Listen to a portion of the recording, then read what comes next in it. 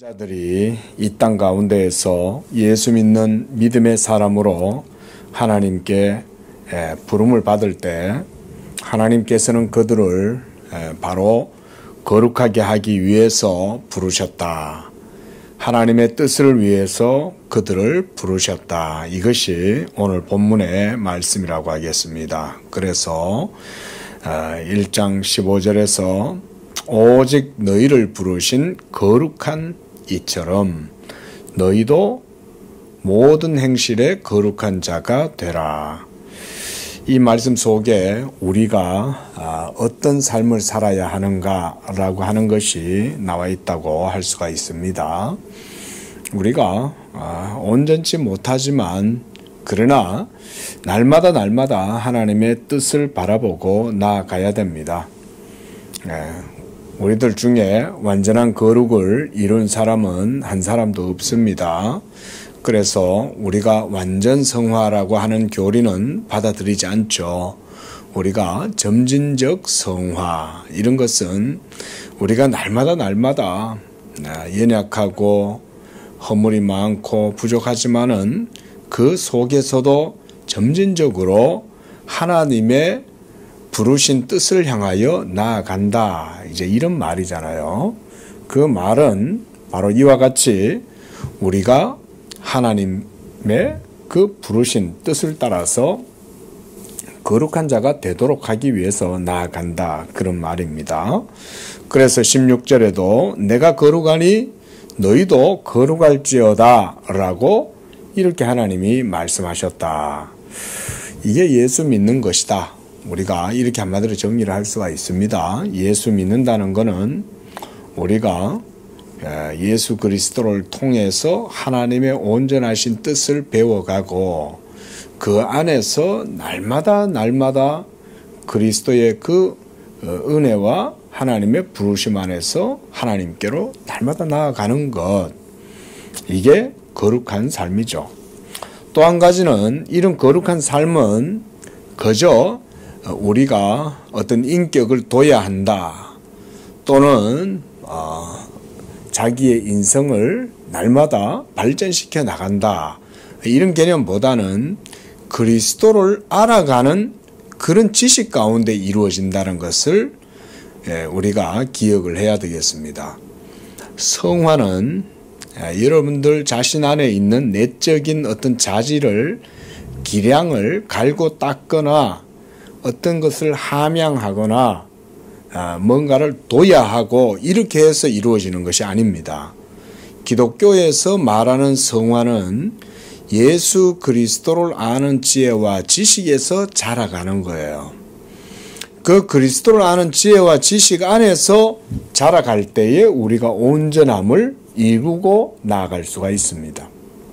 그 속에서 우리는 하나님의 자비하심을 배우고 하나님의 사랑을 배우고 하나님의 선하심을 배우게 되는 겁니다. 우리 하나님께서 우리 죄인들을 향하여 어떤 은혜를 베풀어 주셨는가? 그리스도 예수가 아니고는 배울 수가 없고, 하나님의 선하심도 예수 그리스도로 말미암지 않고는 배울 수가 없습니다. 그래서 그리스도인의 성화는 온전하게 그리스도 예수를 알고 그를 믿는 것 가운데에서 이루어지는 거예요. 그러니까 정리하자면 예수님을 잘 믿는다는 것은 뭐냐면 내가 날마다 사라져 가는 거예요. 내가 날마다 죽어가면서 내 속에 그리스도가 날마다 더 크게 드러나는 거예요. 그럴수록 우리의 예수 믿음이 더욱더 온전해지는 겁니다. 우리가 그렇게 하다 보면 이제는 내가 죽고 내 안에 사는 이 예수 그리스도다, 이런 고백이 점차 커지는 거죠. 이렇게 고백하는 사람은 자기를 낮출 수가 있고 자기를 죽일 수가 있고 그 가운데에서 하나님께 대한 의와 경건과 절제와 이런 삶들을 살아갈 수가 있는 거죠. 자, 그러니까 우리가 더욱더 날마다 그리스도 예수를 아는 지식을 밝히 드러낼 필요가 있는 거죠. 예수를 알고 그를 아는 지식이 우리의 영혼을 날마다 점진적으로 성화를 시켜 나아가기 때문에 그렇기 때문에 우리가 늘 복음을 얘기하고 그 안에서 이 생명의 지식을 알아가고 그렇게 함으로써 알고 믿는 이것이 온전함을 이루게 된다. 바로 이런 것이 우리 그리스도인의 삶이다 라고 하겠습니다. 자, 그래서 이제 3장 6절에 죄송합니다. 3권 6장에서부터는 이제 칼빈이 그리스도인의 삶에 대해서 얘기를 해줍니다. 그래서 우리가 오늘은 이런 내용들을 좀 살펴보려고 그래요. 자, 1절 그리스도인의 삶을 간결하고도 합당하게 다루는 성경적 방법. 자, 성경적인 방법인 거예요. 방금도 제가 말씀드렸다시피 성화는 개인의 인격을 함양하거나 도야하는 게 아니라 그랬죠. 그런 방법보다는 그런 내적 자질을 근거를 두고 하는 게 아니에요. 그리스도 예수에 대한 믿음, 그를 아는 지식 안에서 자라가는 거예요. 그 가운데에 그리스도인의 삶이 있는 거죠. 그렇죠? 자, 읽어보겠습니다. 우리가 말했듯 중생의 목표는 신자들의 삶 가운데서 신자들이 하나님의 의와 그들의 복종 사이의 균형과 일치가 드러나게 하고 그리하여 그들을 자녀로 받아들여지게 된 입양을 확정하게끔 하는 데 있다. 자, 간략하게 거기에서 칼빈이 정리를 했습니다. 중생의 목표는 하나님의 의와 그 다음 신자들의 복종 사이에 균형과 일치가 드러나는 것, 이게 성도의 삶이라는 거예요. 하나님의 계명의 말씀, 진리를 따라서 살아가는 게 성화의 삶과 관련되어져 있는 거죠. 그렇죠? 그러니까 균형과 일치라는 거예요. 그래서 그들이 자녀로 받아들이게 된 그 입양, 하나님의 자녀됨에 대한 그것이 그 가운데에서 확증하는 것, 이게 바로 중생의 목표다. 하나님의 율법은 그 자체로 우리 안에서 하나님의 형상이 회복되는 새로움을 담고 있다. 자, 율법의 뜻은 바로 이런 그리스도 안에서의 회복, 새로움을 율법이 벌써 우리에게 지시해주고 있는 거죠. 레퍼런스를 하고 있는 거예요. 율법 자체가. 그럼에도 불구하고 우리의 게으름 때문에 우리에게는 많은 자극과 도움이 더불어 필요하다. 이게 이제 율법이 그 역할을 하는 거예요. 우리가 온전치 못할 때는 율법이 우리를 찌르고 자극하고 때때로 우리로 하여금 두려워하게 하고 이렇게 하는 게 율법의 역할을 하는 거죠. 마음의 회개가 있다 해도 우리가 스스로 열심에 빠져 정도에서 벗어나는 일이 없도록 하려면 다양한 구절의 성경 말씀으로부터 삶을 규율하는 방법을 추출해내는 것이 유익할 것이다. 자, 그렇죠. 하나님의 말씀의 정도에서 벗어나서는 안 된다는 거죠. 그리고 여기서도 칼빈은 이런 언급을 했어요. 스스로 자기 열심에 빠져가지고 정도에서 벗어나면 안 된다는 거죠. 경건이라는 것은 자기 열심으로 하는 게 아닌 거죠. 그러나 우리의 종교성이 항상 우리를 자극하고 충동질하다 보면 하나님의 말씀에 포커스를 맞추지 않고 있다 보면 자기 열심에 빠지겠죠. 그러다 보면 어느 순간 하나님 말씀하고 상관없는 이상한 소리도 하고 이상한 짓도 하고 막 이러는 거예요. 하나님 말씀을 모르면 그러는 거예요. 예를 들어서 오늘날도 그런 일들이 많아요. 가령 예를 들어가지고 땅 밟기 기도 이런 거 있어요. 땅 밟기 기도. 저도 청년 시절에 하나님 말씀에 무지해가지고 마치 그게 뭔가 이루는 것처럼 생각을 해가지고 막 땅 밟기 같은 걸 저도 한번 해본 적이 있어요. 예? 그때는 제가 이제 신학을 하기 전이었는데 그걸 할 때는 마치 막 내가 그렇게 함으로써 그 무슨 큰 일이 일어날 것처럼 막 상상을 하면서 어떤 지역을 막 도는 거예요. 그때는 신학을 모르고 말씀을 모르니까 그게 일단 그런 줄 알았어요. 물론 뭐 교회가 잘못 가르쳤어요. 그때 당시에는 어떤 교회에서 제가 신앙생활을 했는데 잘못된 거죠. 비성경적인 거죠. 모르죠. 그거 외에도 뭐 많이 있어요. 뭔 얘기냐면 하나님께 대한 신앙은 하나님의 말씀의 규율을 벗어나서는 안 돼요. 물론 그 모든 것들이 다 예수 믿음 안에 다 있는 거죠. 예수 믿음이 성경의 증거와 일치하는 거예요. 믿음, 여러분의 믿음과 성경의 증거가 일치하게 되는 것. 칼빈이 말한 여기서 그런 게 바로 정도를 벗어나지 않는 거예요.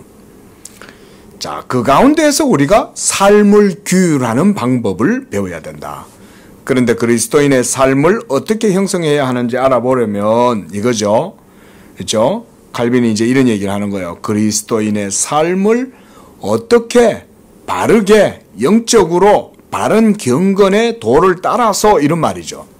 그 가운데에서 형성해야 하는가? 이제 이것을 얘기를 하겠다는 거잖아요. 자, 하지만 매우 다양하고 폭넓은 주제 속으로 뛰어들어가야 한다는 사실을 나는 모르지 않는다. 자, 이 주제가 그리 단순한 주제는 아니에요. 여러 가지 할 말들이 많이 있긴 해요. 칼빈의 말처럼. 하지만 칼빈은 주요하고 대략적인 핵심적인 내용을 간단하게 얘기하기를 원해요.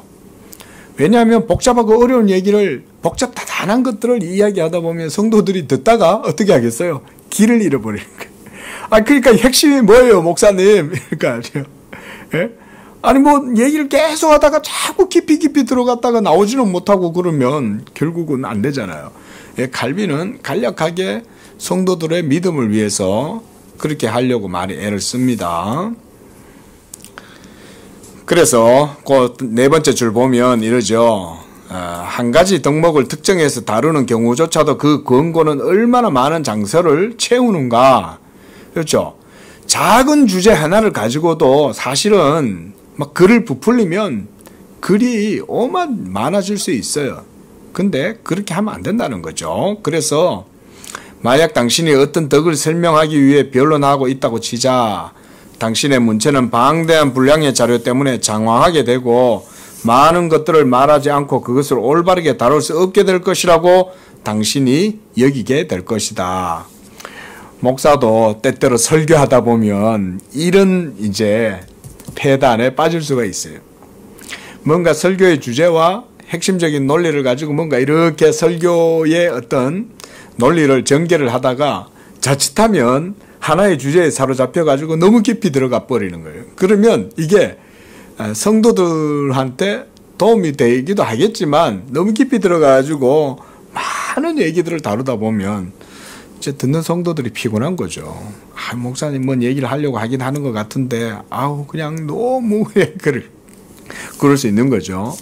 지금 칼빈이 약간 그런 염려를 하는 거예요. 자, 두 번째 문단. 그러나 나는 이곳에서 삶의 교훈을 끝간데 없이 다 펼쳐 각각의 덕을 고유한 특성을 들어 설명하고 그것들의 권고를 요소마다 소개할 마음은 없다. 그러니까 글을 막 전개하고 펼쳐갖고 그렇게까지 내가 하지 않겠다 이 말인 거예요. 자, 이건 뭐 크게 중요한 게 아니니까 넘어가도록 하고요. 그 문단 방금 읽었던 것에서 한 5번째 줄 내려와 봤어요.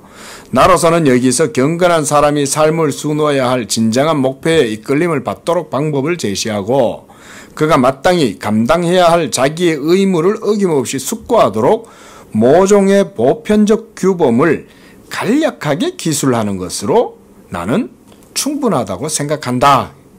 이거죠. 간략하게 쓰는 걸 원해요. 그래서 칼빈은 할 말이 많이 있지만 아주 핵심적이고 간단한 그런 논리와 주제만 소개를 하겠다는 거죠. 그래서 쫙 넘어가겠습니다. 그 다음 세 번째 줄 밑에 보면 나는 천성적으로 간결함을 좋아한다. 이래놨어요. 누군가 저도 그랬으면 좋겠다고 아마 생각하실 것 같아요. 자, 뭐 간결하다는 건 고수들이 사실은 간결한 거예요. 저처럼 뭐 이름도 없는 목사는 간결하기가 쉽지 않아요. 주제들이 많으면 그런 주제들 다 얘기하고 싶고 우리 성도들한테 막 얘기해주고 싶고 이런 마음이 있거든요. 근데 고수는 칼빈 같은 분들은 그냥 그거 뭐 크게 뭐냐 이렇게 간결한 걸 좋아해. 이런 건 고수들이나 하는 말이죠. 고수. 내가 장황하길 말하길 원한다 치더라도 그것은 성공할 수 없다. 비록 더 풍부하게 가르치는 방식이 훨씬 더 그럴듯할지라도 그렇게 하는 것이 나에게는 즐거움이 되지 않는다. 현재 이 작품, 그러니까 기독교 강요를 얘기하는 거예요.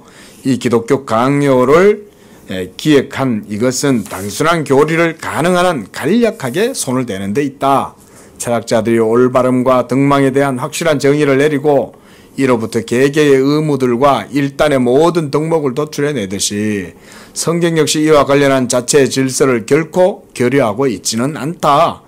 뭔 말이냐면요. 성경 안에도 철학자들의 어떤 윤리적이고 도덕적인 깊은 주제들 있잖아요. 다 있죠. 있습니다. 분명히 있습니다. 그래서 저도 뭐 우리가 이제 뭐 조직신학이다, 교의학이다 이제 이런 걸 공부를 하면 아주 첨예합니다. 여러분 철학 어쩌면 철학보다 더 깊은 주제들도 있어요. 신학이 철학하고 대화를 못하고 싸움이 안 돼서 안 하는 게 아닙니다. 예. 전제가 다르고 방식이 다르고 논법이 틀려서 그렇지 신학도 신학 안에 엄청 깊어요. 근데 그 모든 것들은 철학은 이성에서 갖고 나오지만 신학은 어디서 가지고 나와요? 그렇죠. 성경에서 가지고 나오죠. 그렇죠? 성경에서 그 모든 걸 제공해 준다. 지금 칼빈도 이제 그런 식의 얘기를 하고 있는 거예요. 그래서 성경 역시 그 자체의 질서를 결코 결여하고 있지 않다는 거예요.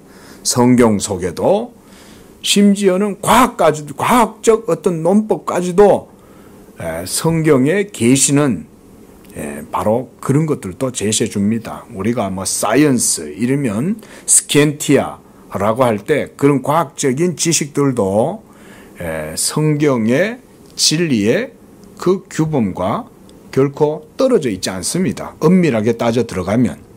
물론 성경은 과학적인 책은 아니고 여기서 말하는 과학이란 이제 이성을 얘기하는 거죠. 그렇죠? 스키엔티아라는 것이. 근데 그럼에도 불구하고 이성은 하나님의 계시 아래 있잖아요. 그렇죠?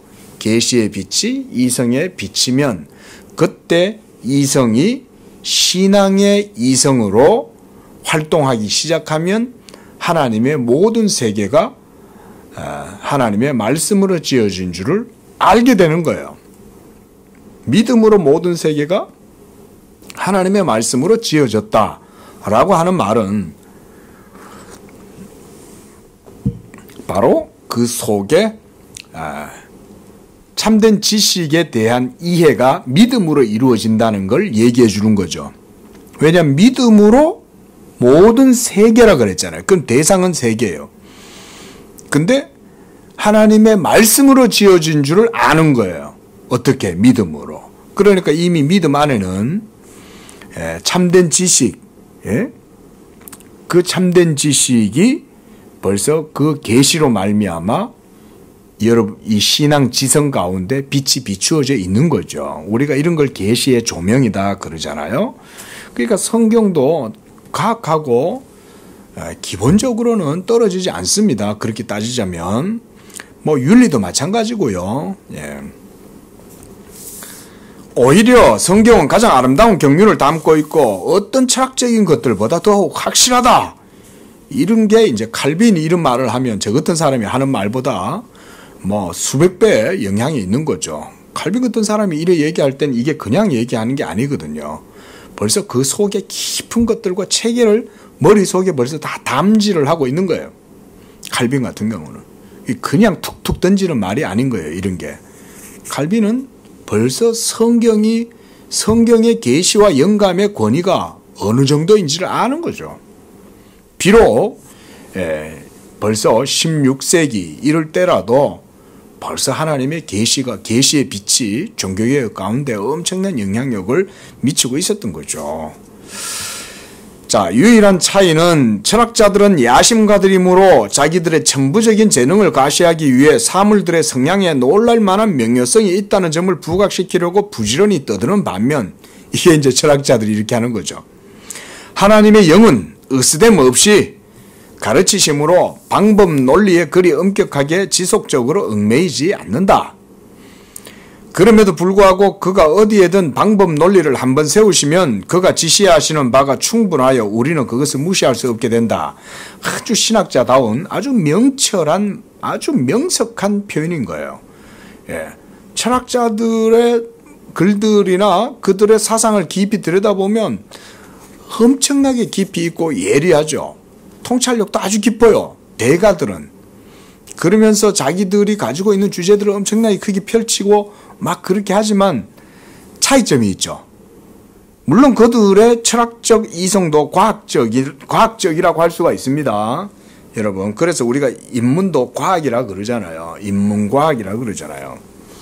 그러니까 지적인 논리가 있는 거죠. 논법이 있는 거죠. 그런데 이게 신학하고 다른 점이 있어요. 철학자들은 하나님의 영광을 바라보고 즐거워하면서 철학하지 않아요. 이성을 가지고 사유를 작동시키고 그래서 그걸 사유할수록 자기가 만족해요. 지식이 채워질수록 자기가 만족되는 거예요. 그리고 자기가 그만큼 더 안다는 걸 드러내고 싶어 하는 거예요. 근데 신학하는 사람들은 그렇지 않아요. 모든 게 다 하나님의 영광에 연결되어져 있고 계시의 빛 아래에서 모든 것들을 조망하고 모든 것들을 직관하고 통찰하는 거예요. 그때 그가 사물을 안다고 할 때는 하나님의 영광과 관련되어 있는 거죠. 믿음으로 보는 거잖아요. 그 믿음으로 본다는 말은 하나님을 믿는다는 말이잖아요. 그러면 바로 거기에서 이제 하나님께 영광을 돌리게 되는 것이다. 다른 거죠. 자, 조금 벗어났지만, 자, 칼빈이 이런 얘기들을 했어요. 자, 2절. 성경이 불의를 버리고 의에 거하도록 권하는 이유들. 우리가 말한 성경의 이러한 가르침은 두 부분으로 이루어진다. 첫째, 이러한 가르침이 없다면 천성적으로, 그러니까 아담의 자연적 본성이라고 할 수 있겠죠.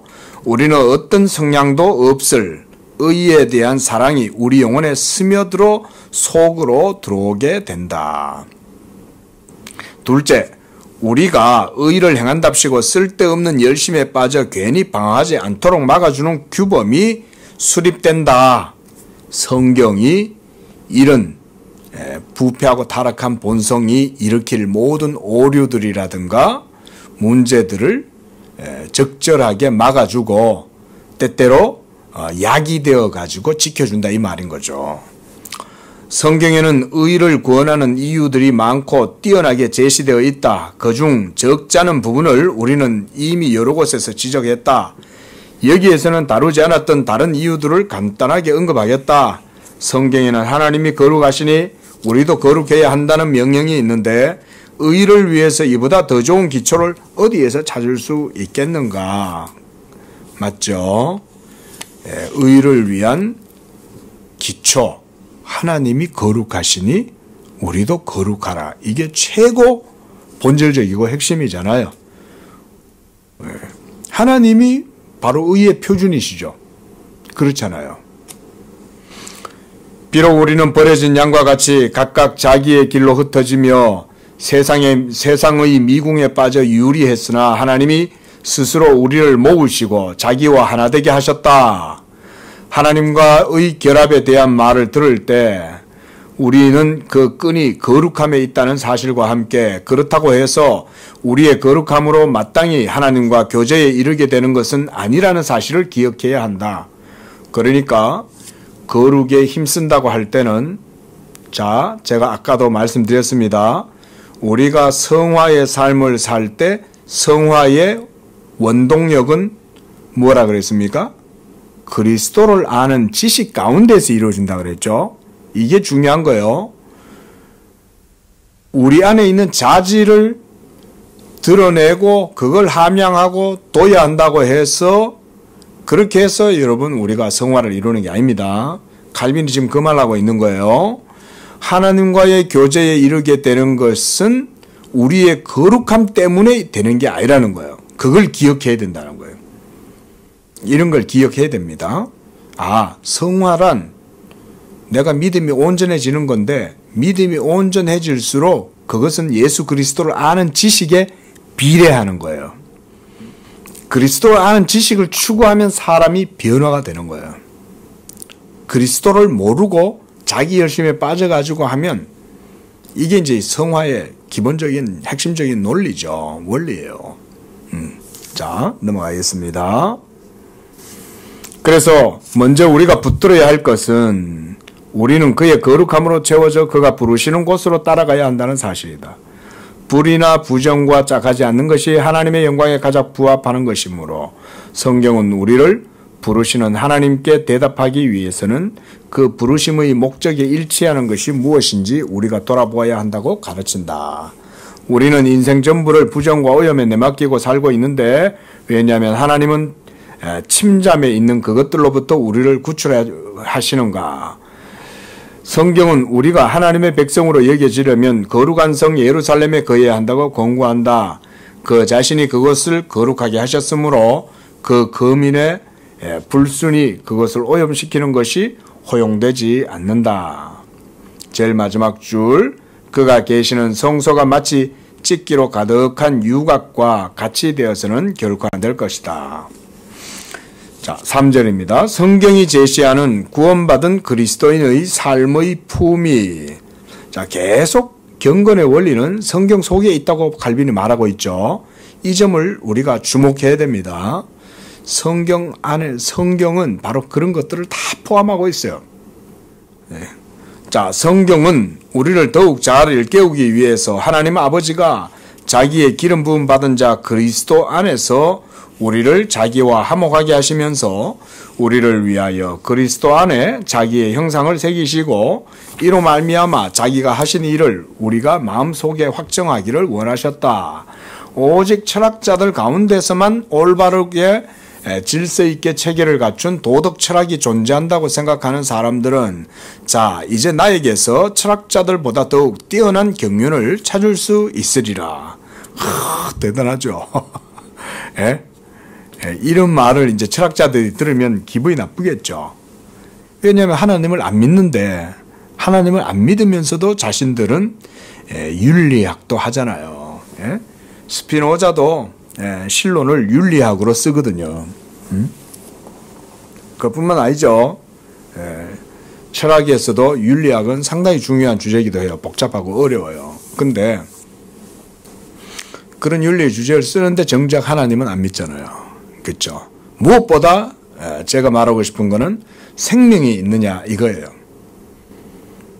그런 지식이 사람을 살릴 수 있느냐 이게 중요하죠. 윤리성이 있다는 얘기는 생명이 있다는 얘기예요.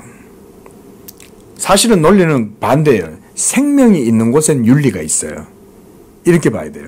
생명이 없는데 윤리학이 있다. 그러면 그거는 그냥 이성의 껍데기에 불과한 거죠. 진짜 생명이 있으면 거기에 윤리가 있는 거죠.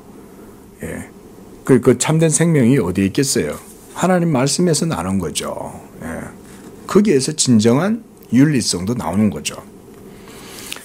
철학자들은 특별히 우리가 덕에 대한 권고를 받기를 원하면서 단지 우리는 천성과 부합하는 삶을 살아야 한다는 점을 말할 뿐이다. 천성과 부합되는 삶, 이게 뭐겠어요?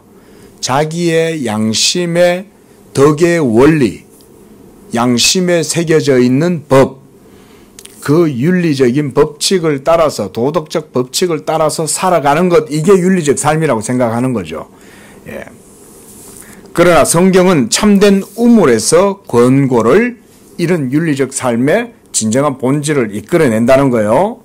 성경은 우리에게 우리의 삶을 그것을 좌우하시는 조성자이신 하나님께 의탁하도록 명령한다. 그러나 우리가 타락해서 우리의 창조의 참된 기원과 법으로부터 멀어졌음을 가르친 이후 우리를 그리스도께 종속시킨다. 자, 여기에서 이제 덕의 그리스도인의 덕, 윤리 이런 것의 기초를 칼빈이 말하고 있는 거죠. 우리를 그리스도께 종속시킨다는 거예요. 그러니까 우리가 그리스도에게 종속될 때만 이런 참된 것들이 우리에게서 나올 수 있다고 말하는 거예요. 그러나 철학자들은 그리스도하고 상관없이 우리 안에 그런 게 있다고 말하는 거잖아요. 그렇죠? 지금 칼빈이 철학자들을 언급하고 대비시켜주는 이유는 그걸 보여주기 위함이에요. 인간의 거듭나지 못한 자연적 본성에서는 하나님이 기뻐하시는 참된 덕, 생명의 원리가 그 속에서는 나올 수가 없다, 그 말인 거예요, 지금. 예. 이제 우리 앞에는 그리스도가 모범으로 제시되어 있다. 하나님께 호의를 얻기 위해 우리는 그리스도께 돌아가야 한다. 우리는 삶을 통해 그리스도의 형상을 표현해야 한다. 이 한 가지보다 더 효과적인 무엇을 당신은 요구하려고 드는가? 나아가 이 한 가지 외에 다른 무엇을 당신은 요구하려고 드는가? 그렇죠? 계속 칼빈이 강조하는 게 뭡니까? 모든 성화의 기본적인 본질이나 원리는 모두 예수 그리스도 안에 있다는 거예요. 그러니까 그리스도 예수를 믿는 믿음이 아니면 참된 성화, 참된 덕, 윤리는 나올 수가 없는 거예요. 외형적으로는 철학자들뿐만 아니라 율법주의자들도 외형적으로는 가식적으로, 위선적으로 그렇게 할 수 있죠. 어떤 의식을 행함으로써, 아니면 어떤 사인을 자기 몸에 어떤 부착한다든지 뭐 이렇게 함으로써 내가 종교인이다 이렇게 행세할 수는 있죠.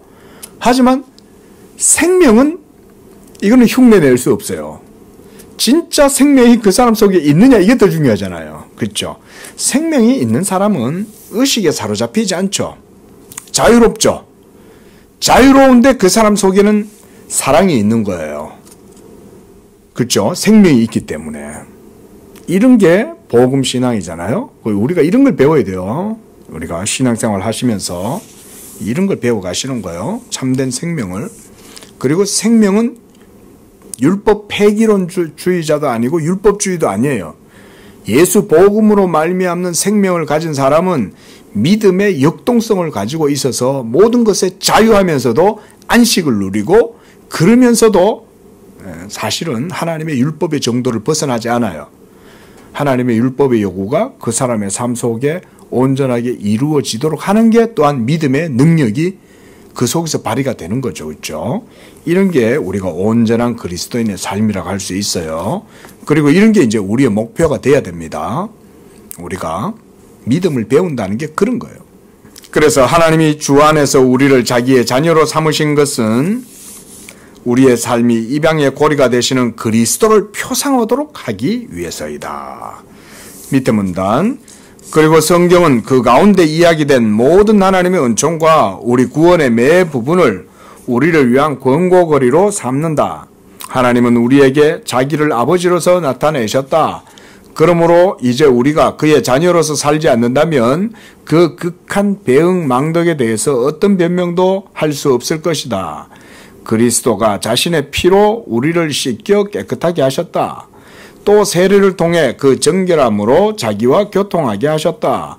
그러므로 더러운 것들로 우리를 다시 더럽히는 것은 온당치 않다. 그리스도는 우리를 자기 몸에 접붙이셨다. 자, 그리스도 계속 그리스도하고 연결시키죠. 그러니까 그리스도 예수에 대한 믿음은, 자, 여러분, 예수 그리스도는 우리의 믿음의 주님이시죠. 그렇죠? 믿음의 대상이에요. 자, 믿음의 대상이라는 이 말 속에 이 모든 게 다 포함되어 있다고 할 수가 있습니다. 대상이라는 말은 단순한 말이 아니에요. 사실은 대상이라는 말 안에는 이미 그리스도로부터 모든 것들이 우리에게 주어진다라고 하는 것이 그 속에 함의되어져 있는 거예요. 예수 그리스도로부터 하나님이 모든 은사가 그 안에서 벌써 우리에게 주어져 있다는 걸 암시하는 거죠. 그리고 우리가 이런 은사들을 누리면서 이와 같은 거룩한 삶, 하나님이 기뻐하시는 성화의 삶이 온전하게 되도록 하시는 거예요. 그러니까 그리스도 예수를 아는 지식이 가장 중요한 거죠. 그렇죠? 이어서 참고적으로 제가 이 말씀 더 드리겠습니다. 자, 그리스도를 우리가 아는 지식을 굉장히 강조를 많이 하죠. 지식을 많이 강조하는데 이 지식은 단순한 지적인 이해 이 정도가 아니죠. 이 지식은 생명의 지식이기 때문에 생명의 지식이므로 이것은 단순한 오늘날로 말하면 우리가 무슨 공부를 하거나 어떤 정보를 얻는다거나 데이터를 우리가 많이 가지고 있다든지 이런 의미가 아니죠. 이것은 한마디로 영적인 개념이고 이 그리스도를 아는 지식 자체가 우리 영혼의 생명이 되기 때문에 우리로 하여금 거룩, 성결, 경건을 따라서 나아가도록 하는 거예요. 이게 중요한 거예요. 그게 바로 성경이 말하는 지식이라는 겁니다. 요거는 우리 성도님들도 참고적으로 늘 마음에 잘 담아 놓으십시오. 자, 271쪽 제일 밑에 문단 보겠습니다. 이것들이 우리 인생을 바로 세우는 가장 고상한 근본이다. 한마디로 예수 그리스도께 대한 믿음, 이걸로 우리가 요약을 하면 될 거라고 생각을 합니다. 그리스도로부터 모든 것들이 다 주어지니까. 그가 우리의 믿음의 대상이라는 얘기는 모든 거란 얘기인 거예요. 그리고 그 믿음 안에서 하나님의 모든 은사가 우리에게 다 주어지는 거예요. 그러므로 그를 믿음으로 모든 생명의 지식도 누리고 거룩한 삶도 그 안에서 온전한 삶을 살아가게 되는 거예요. 자, 이런 영적인 개념들을 우리가 따라 읽어내면 되는 겁니다. 이와 유사한 것을 철학자들 가운데에서 찾는 것은 헛되다. 그렇죠. 철학자들은 예수 믿음이 없잖아요. 하나님을 안 믿잖아요. 무엇보다. 여호와를 경외하는 것이 지식의 근본이다. 여호와를 경외하는 것이 지혜의 근본이다. 그를 아는 것이 명철함이다.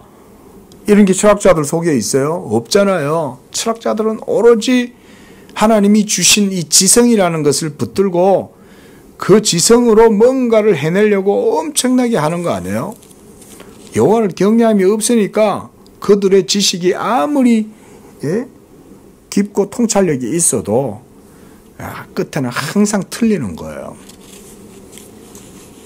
그래서 왜냐하면 그들은 덕을 설명하면서 인간의 본래적인 품위 이상으로 결코 올라갈 수 없기 때문이다. 칼빈도 이렇게 말하잖아요. 한마디로 인간의 이성의 한계를 못 넘어서는 거죠. 그렇죠?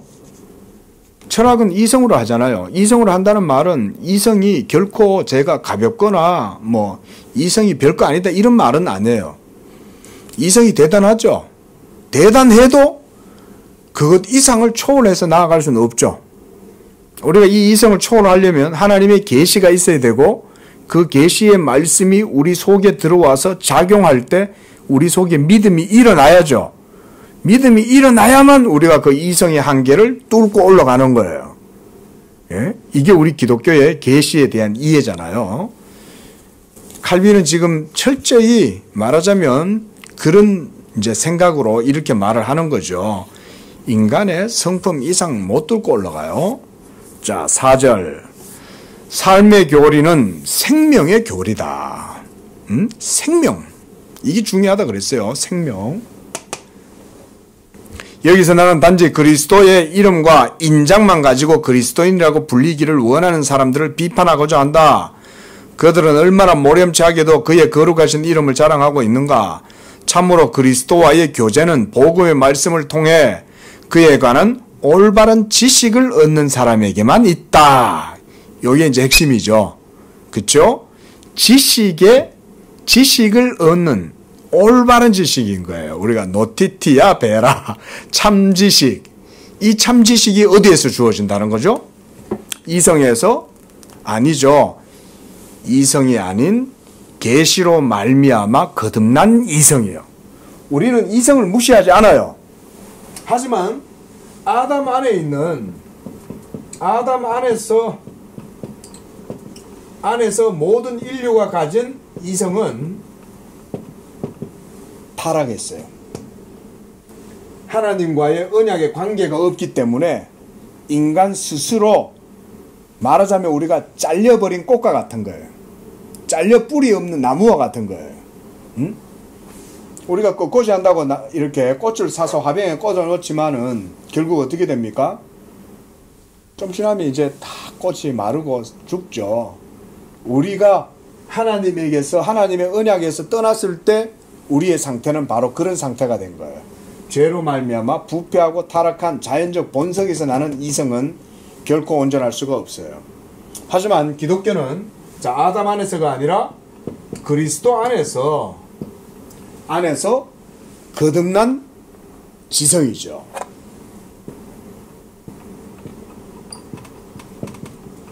이 거듭난 지성으로 우리는 하나님의 지식을 아는 거예요.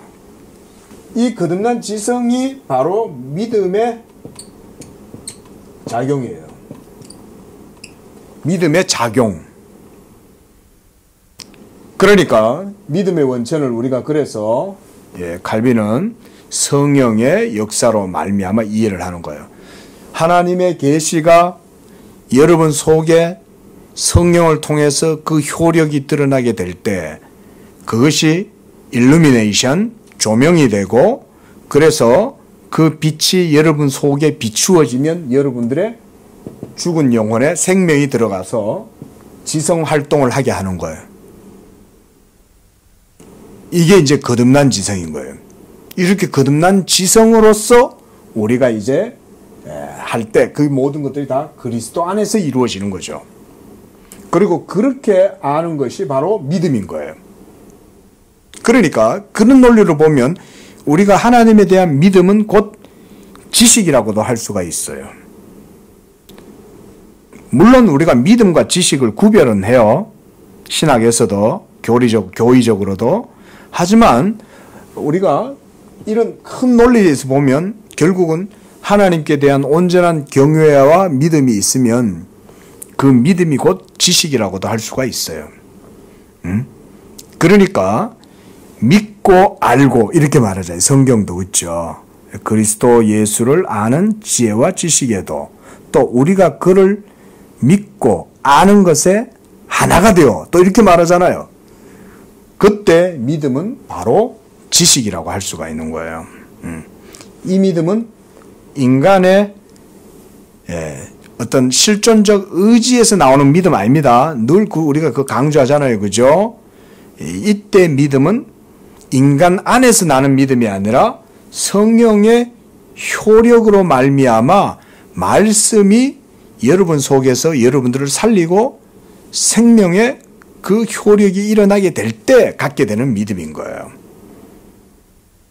이런 것도 우리가 믿음의 개념을 잘 이해해야 되겠죠. 자, 두 번째 문단. 이런 사람들은 그러니까 그 바로 앞에 에베소서 4장 22절에 있는 사람들이요. 옛사람. 자, 이런 사람들은 유창하면서도 수다스럽게 복음에 관하여 짓거리지만 그 가운데 자기들이 거짓되고 부당하게 그리스도에 관한 지식을 가장하고 있음을 증명할 뿐이다. 왜냐하면 복음은 혀의 교리가 아니고 생명의 교리이기 때문이다. 우리가 이런 것도 아주 잘 받아들여야 되겠죠. 그렇죠? 우리가 복음에 대해서 말을 할 수 있잖아요. 여기서 있는 목사 자신도 마찬가지고 복음을 전하는 교사들이 이런 말에 사실 제일 자기 자신을 잘 돌아봐야 되겠죠. 그 생명의 교리는 지성과 기억으로만 이해되지 않는다는 점에서 일상의 훈육들과 다르다. 그렇죠?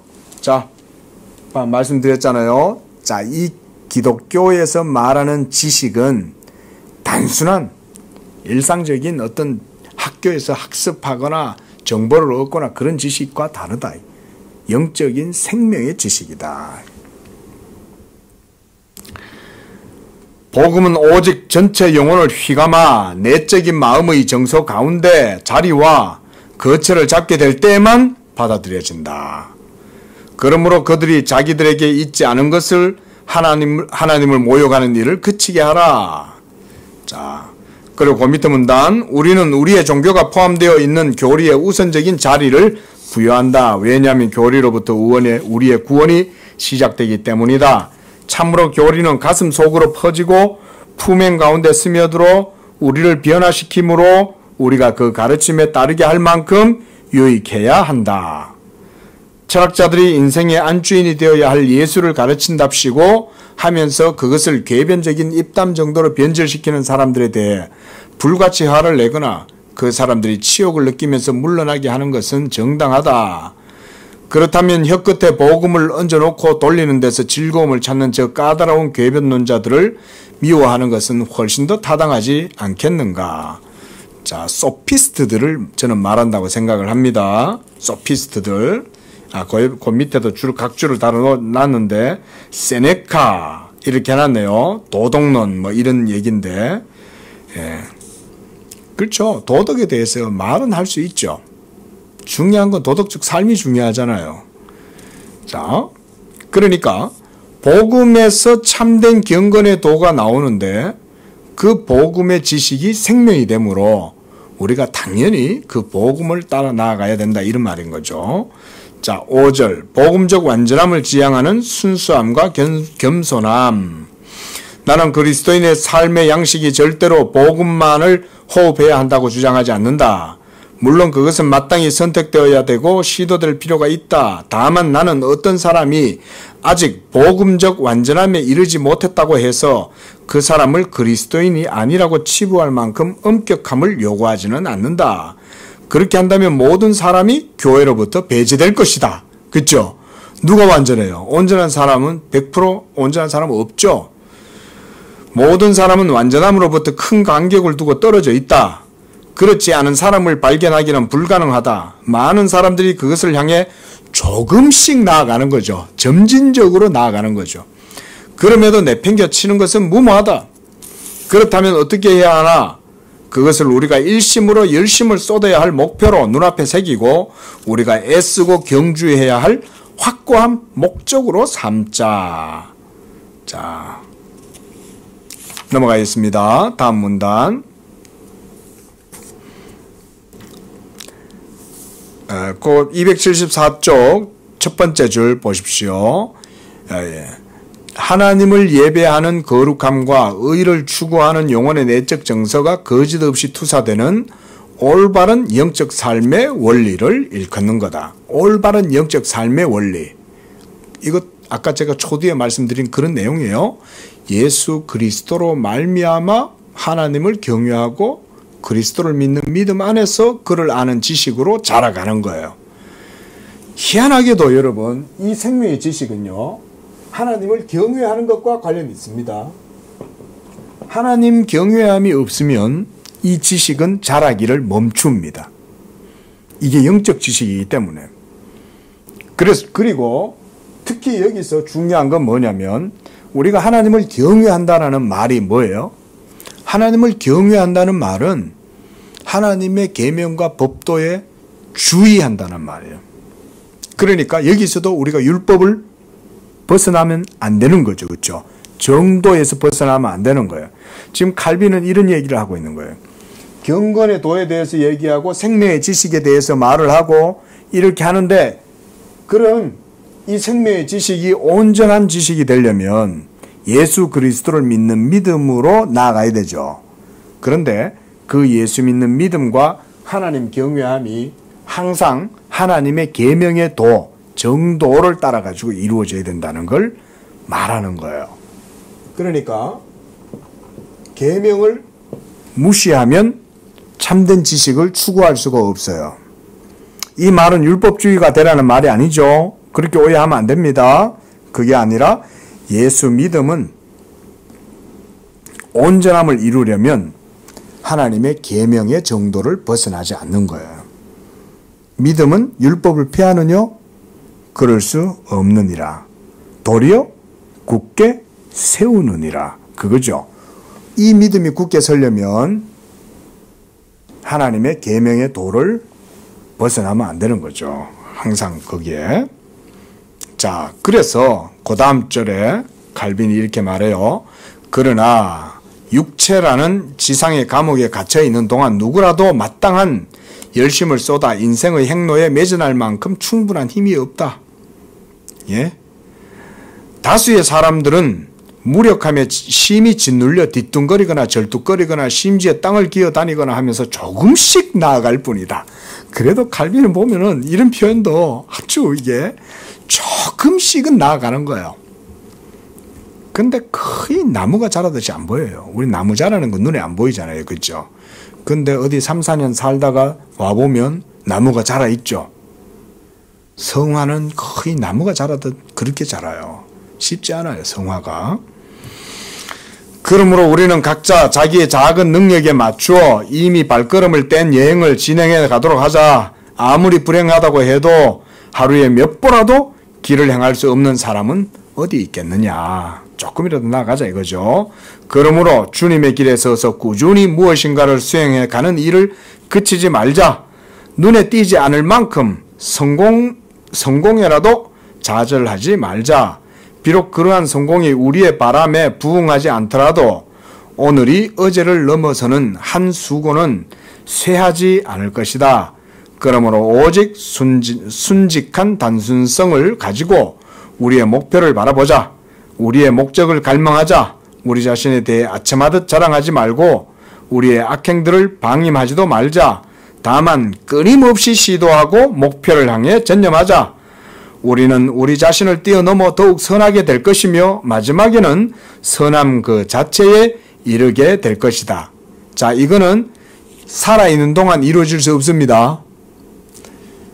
여기에서의 칼빈이 말하는 마지막에 그 선함 그 자체에 이르게 된다는 것은 그리스도 안에서 완성되는 구원을 말하는 거예요. 우리가 하나님 앞에서 서야 그때에서야 완전한 성화, 영화의 상태에 이르게 되는 거죠. 이를 붙잡으려면 우리의 육체의 연약함을 벗어버리고 그와의 완전한 사귐으로 우리가 받아들여져야 한다. 한마디로 그리스도 예수 안에 있는 이런 믿음의 삶으로 성도가 하나님의 거룩함을 따라 나아갈 수 있다. 그런 얘기를 했습니다. 기본적인 오늘은 이제 1절에서 5절까지 6장에서는 그리스도인의 삶의 성경적인 핵심적인 내용들을 간단하게 얘기해 준 거예요. 아주 간략하게 잘 설명을 한 거예요. 아주 뛰어납니다. 기도하겠습니다. 자비로우신 주 하나님 아버지, 우리를 죄악 가운데에서 구원해 내실 때에 하나님께서 자기의 거룩하심을 따라 우리가 그 거룩함을 본받아 하나님의 그 기뻐하시는 뜻을 따라서 의로운 삶을 살고자 하기 위하여 우리를 불러주신 줄로 믿습니다.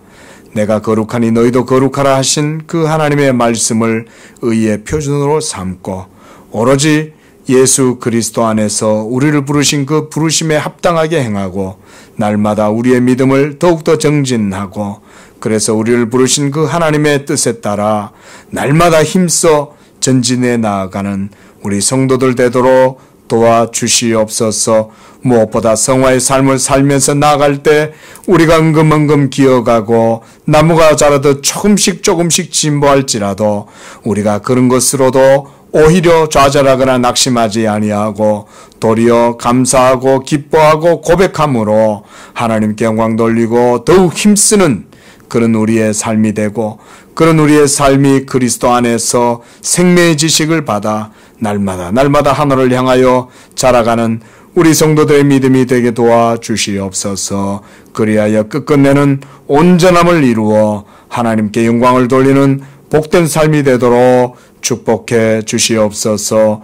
예수님의 이름으로 기도합니다. 아멘.